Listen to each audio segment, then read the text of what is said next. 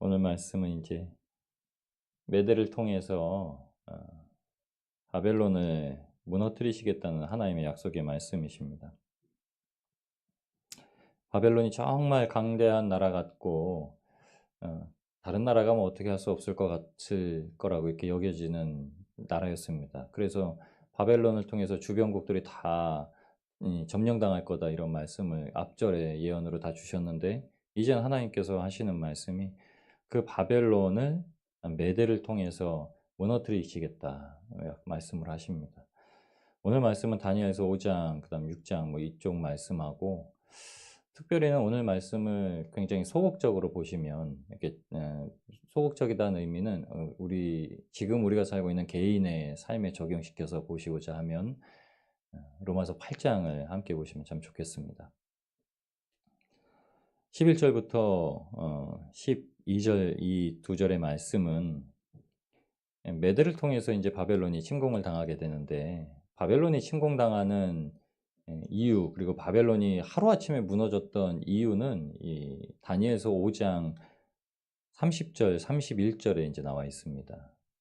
느부갓네살의 후대 왕이었던 이제 벨사살 왕이 연회를 베풀면서 하나님의 성전 기물을 가지고 연회에 포도주를 담는 그릇으로 사용을 합니다. 하나님께서 손가락을 드러내셔서 그 앞에다가 그 왕의 벨사살 왕에게 보여주시는 글을 쓰십니다. 그게 뭐죠? 그게 메데메데 메네메네 데겔 우바르신이란 말입니다. 메네메네 데겔 우바르신. 메네는 말은 하나님이 셈하셨다. 하나님이 숫자 세셨다. 메네 하나님이 세시고 또 세셨는데 데겔 부족하다. 그래서 우 바르신 그래서 페레스라는 말이거든요. 그래서 다니엘서에는 우바르신이라고 얘기하고 그 나중에는 베레스 이렇게 이제 표현해가지고 다른 단어 같은데 똑같은 단어입니다. 접속사가 앞에는 붙어서 우바르신이라고 표현을 한 거고 그 뒤에는 베레스 이렇게 표현한 건데, 그 베레스란 말이 쪼개셨다는 말. 그러니까 하나님이 쪼개셨다. 벨사살 왕이 성전 기물을 가지고 아버지 느부갓네살이 그 조상이었던 느부갓네살이 하나님을 인정한 이것을 보았음에도 불구하고 하나님을 섬기지 아니하고 여전히 우상에 빠져 사는 바벨론 민족이 되어 있었기 때문에 하나님께서 재보시고 셈해보시고 계속 그렇게 해보셨는데도 부족해서 결국에는 쪼개버리셨다. 그래서 그날 밤, 다니엘이 그 해석을 해준 그날 밤 메대의 침공을 받아서 벨사살 왕이 죽고 바벨론이 함락이 됩니다. 그래서 고레스 왕을 통해서 포로 해방의 때를 맞이하게 됩니다.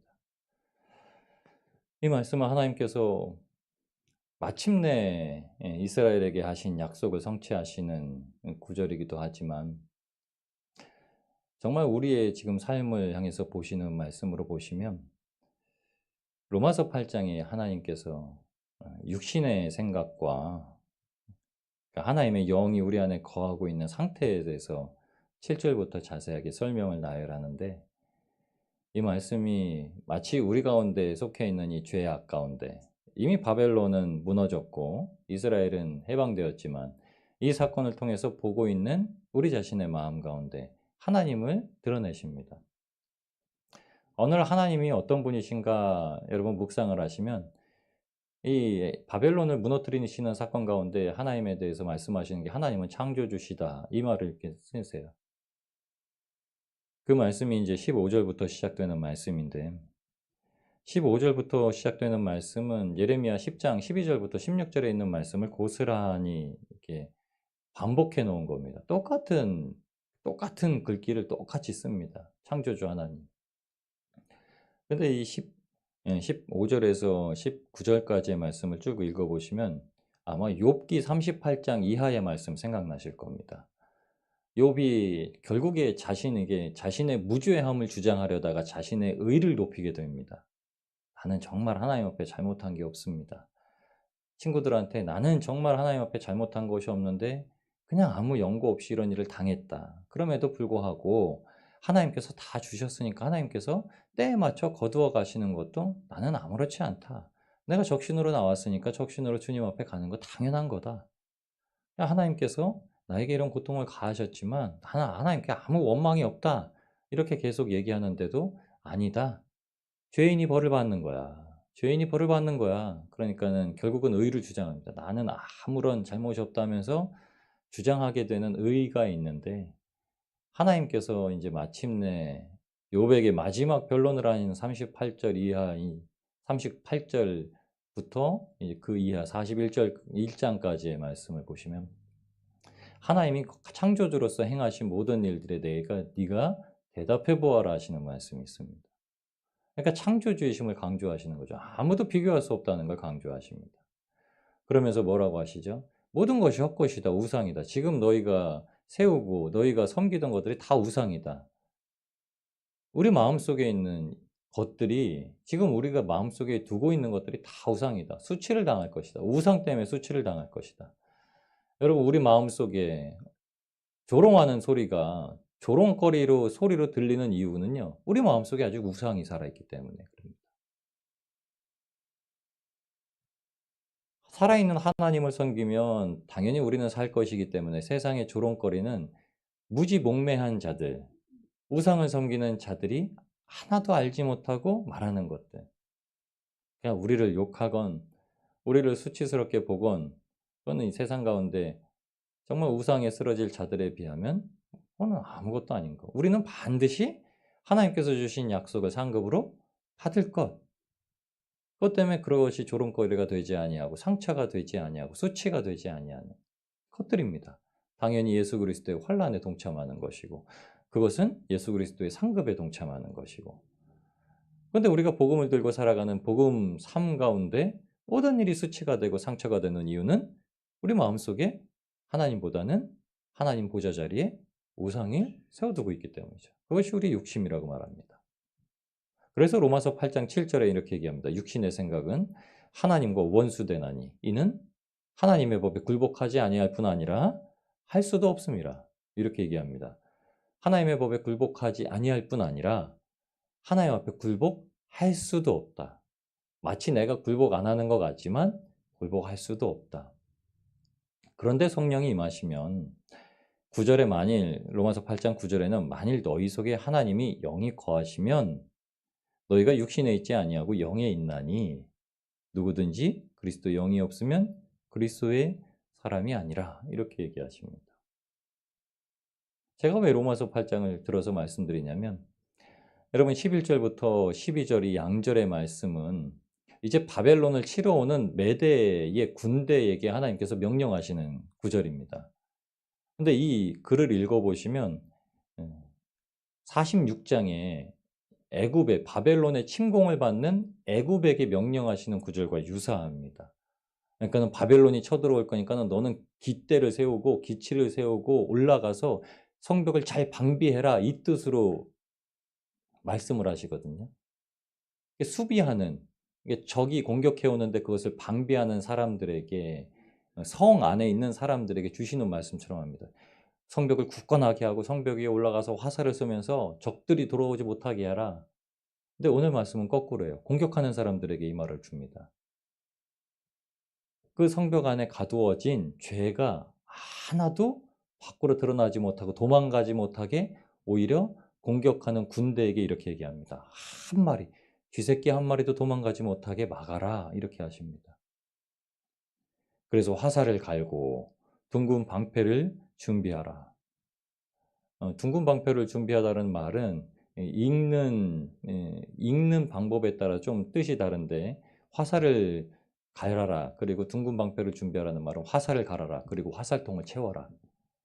화살촉을 갈아서 화살통에 꽉 채워놔라. 공격할 준비 그렇게 하라.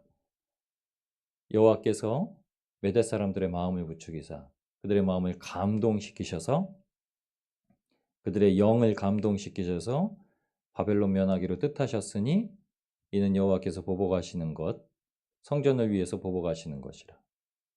여러분 우리 마음이 무엇이죠? 우리 마음을 성전이라고 두셨죠. 우리 마음을 성전을 삼으셨죠. 우리 마음을 위해서 보복하신다고 하시죠.